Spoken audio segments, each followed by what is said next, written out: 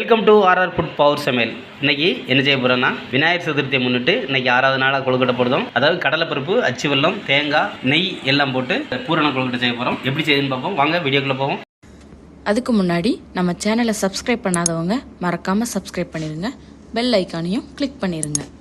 இன்றைக்கி பூரண கொழுக்கட்டை வைக்கிறதுக்கு ஒரு 100 கிராம் கடலைப்பருப்பை அவிச்சு வச்சுருக்கோம். ஒரு 3 சில்லு தேங்காவை நல்லா திருவி வச்சுருக்கோம். ஒரு 150 கிராம் அச்சு வெல்லம் நல்லா நொறுக்கி எடுத்து வச்சுருக்கோம். ஒரு ஸ்பூன் நெய் எடுத்து வச்சுருக்கோம். மணத்துக்கு கொஞ்சம் ஏலக்காவை நச்சு வச்சுருக்கோம். ஒரு 1/4 கிலோ அரிசி மாவு எடுத்து வச்சுருக்கோம். நம்ம மாவு ஒரு பாத்திரத்தில் தட்டி கொழுக்கட்டை செய்ததுக்கு மாவு பிணைஞ்சிக்கிடுவோம். மணத்துக்கு கொஞ்சம் ஏலக்காய் பொடியை போட்டுக்கிடுவோம். நெய்யை கொஞ்சம் ஊற்றிக்கிடுவோம். கொழுக்கட்டை நல்லா நைஸாக இருக்கும். இப்போது தேவைக்கு தகுந்தால வெந்நி போட்டு ஆற வச்சுருக்கோம். அதை கொஞ்சம் கொஞ்சமாக ஊற்றி கிண்டிக்கிடுவோம். மாவு நல்லா பிசைஞ்சு வச்சாச்சு. இதை எடுத்து தனியாக ஒரு 5 நிமிஷம் ஊற வச்சுக்கிடுவோம்.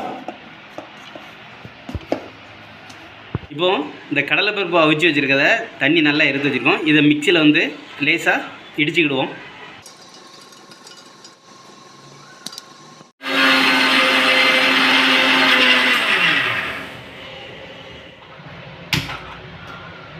இப்போ அடுப்பு பற்ற வச்சுக்கிட்டு நம்ம அந்த அச்சு வெல்லத்தை காய்ச்சிக்கிடுவோம். தண்ணி குறையாக ஊற்றணும். ஒரு 20 மில்லி ஊற்றினா போதும். இப்போ கொழுக்கட்டை வைக்கிறதுக்கு ஒரு இட்லி கொப்பரையில் தண்ணி வச்சுக்கிடுவோம். கொஞ்சம் சூடாக விட்டு மாவு ரெடி ஆகிட்டு நம்ம இது ஒரு சளிப்பில் எடுத்துக்கிடுவோம்.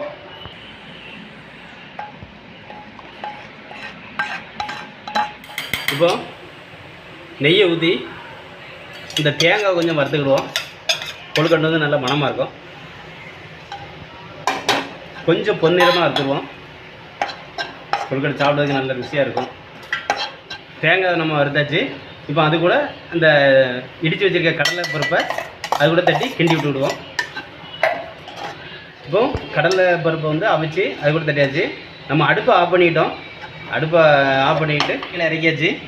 இப்போது இந்த சர்க்கரை பாவை கொஞ்சம் கொஞ்சமாக ஊற்றி நல்லா கிண்டி வச்சுக்கிடுவோம். பூரணத்துக்கு நல்லாயிருக்கும். ரொம்ப தண்ணியாக இருக்கக்கூடாது, கொஞ்சம் கட்டியாக இருந்தால் தான் நல்லாயிருக்கும். பூரணத்துக்கு கடலைப்பருப்பு, அச்சு வெல்லம், தேங்காய் எல்லாம் ரெடி ஆகிட்டு இது கொஞ்சம் ஆறிட்டு 5 நிமிஷம் ஆகிட்டு உருண்டை போட்டு விடுவோம். இன்றைக்கி நம்ம வாழை இலையில் வச்சு கொழுக்கட்டை வைக்க போகிறோம். இப்போது 1/4 கிலோ அரிசி மாவில் நம்ம 9 உருண்டை போட்டிருக்கோம். ரொம்ப பொடிசும் இல்லாமல் பெருசும் இல்லாமல் ஒரு மீடியமாக போட்டிருக்கோம். எதுக்கு இவ்வளோ சைஸ்னால் இலையில் வச்சு நல்லா தட்டி அதில் பூரணம் வைக்கணும். அப்போ தான் நல்லாயிருக்கும். இப்போ இந்த சைஸில் நம்ம வச்சுக்கிடுவோம். இப்படி மடிச்சுக்கிடுவோம்.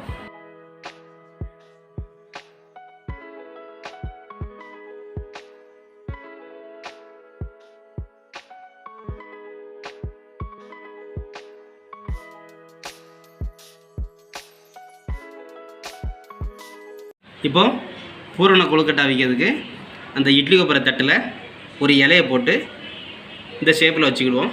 இலையை போட்டு வச்சோம்னா நல்ல மணமாக இருக்கும். இப்போ இட்லி கொப்பரையில் வச்சு ஒரு 10 நிமிஷம் வச்சுக்கிடுவோம்.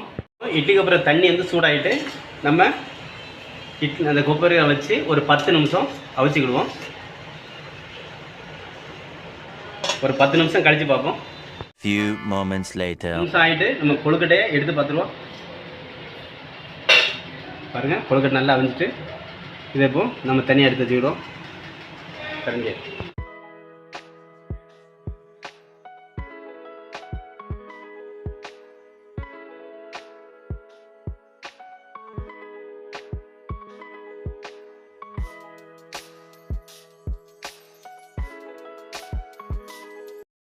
ஆய் பிறக்கும் கொழுக்கட்டை ரெடி ஆகிட்டு இது ரொம்ப சிம்பிளான ஒரு வேலை தான், குறைஞ்ச செலவு தான். இந்த மாதிரி கொழுக்கட்டை செஞ்சு விநாயகருக்கு படைங்க. விநாயகருக்கு ரொம்ப பிடிக்கும். இந்த வீடியோ பிடிச்சிருந்தால் லைக் பண்ணுங்கள், ஷேர் பண்ணுங்கள், கமெண்ட் பண்ணுங்கள், மறக்காமல் சப்ஸ்கிரைப் பண்ணுங்கள், மறக்காமல் பெல் ஐக்கானும் கிளிக் பண்ணுங்கள். மீண்டும் அடுத்த வீடியோவில் சந்திப்போம். வணக்கம்.